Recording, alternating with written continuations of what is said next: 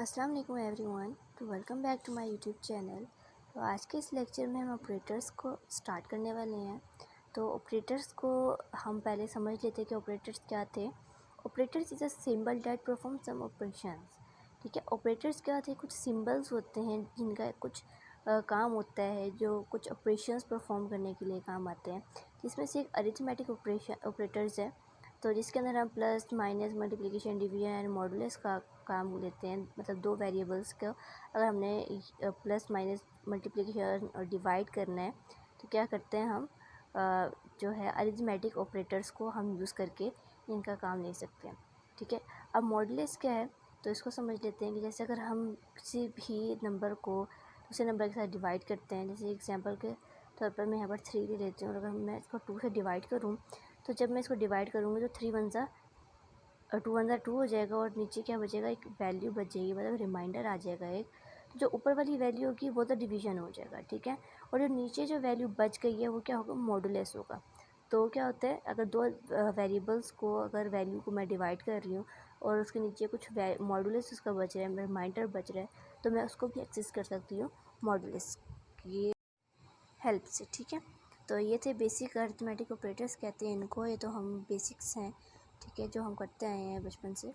उसके बाद है कंपैरिजन ऑपरेटर्स देख लेते हैं। कंपैरिजन ऑपरेटर्स नाम से पता चल रहा है कंपैरिजन करने के काम आ रहे होते हैं।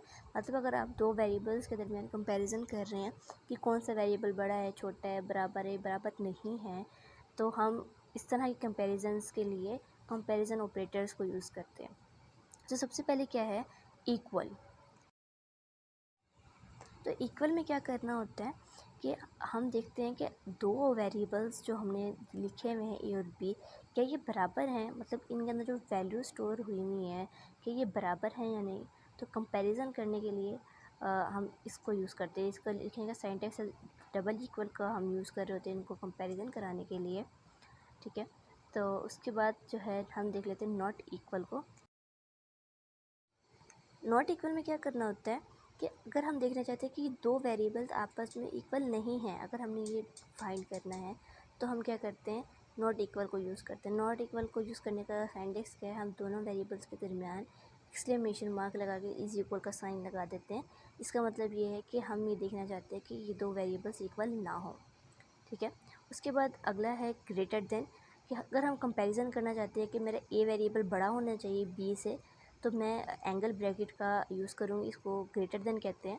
ठीक है, उसके बाद क्या है, लेस देन के लिए भी मैं एंगल ब्रैकेट ही इसको कहते हैं वैसे तो, लेकिन जब इसके साइड चेंज हो जाती है तो इसको एक लेस देन और ग्रेटर देन कहते हैं। अगर मैं देखना चाहती हूँ कि बी मेरी वैल्यू बड़ी हो ए से, तो मैं लेस देन का यूज़ कर सकती हूँ। उसके बाद मैं देखती हूँ कि ग्रेटर देन और इक्वल, कि मैं देखना चाहती हूँ कि जो ए की वैल्यू है वो बी से बड़ी हो या फिर बी से इक्वल, या बी के इक्वल हो। तो क्या है, मतलब इसमें दो कंडीशंस एक साथ दी हुई हैं, तो मैं ग्रेटर देन और इक्वल टू का निशान कट्ठे से लगा के इनको चेक कर सकती हूँ। ठीक है, इसमें कोई सी एक कंडीशन ट्रू हो जाएगी।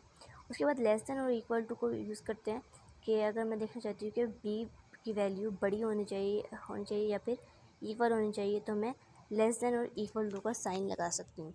तो ये हम अक्सर लूप्स के अंदर यूज़ कर रहे होते हैं, इफ़ एल्स कंडीशंस के अंदर यूज़ कर रहे होते हैं। तो जब हम इसको अच्छी तरीके से जब हम इसको यूज़ कर रहे होंगे तो इसको मज़ीद क्लियरली समझ लेंगे। तो आज की वीडियो में सिर्फ इतना ही। अगर आपको वीडियो पसंद आएगी तो वीडियो को लाइक कर दें, चैनल को सब्सक्राइब कर दें ताकि आने वाली नई अपडेट आप तक पहुंचती रहे। तो मिलते हैं इसके बाद नेक्स्ट वीडियो में, जब तक के लिए अल्लाह हाफिज़।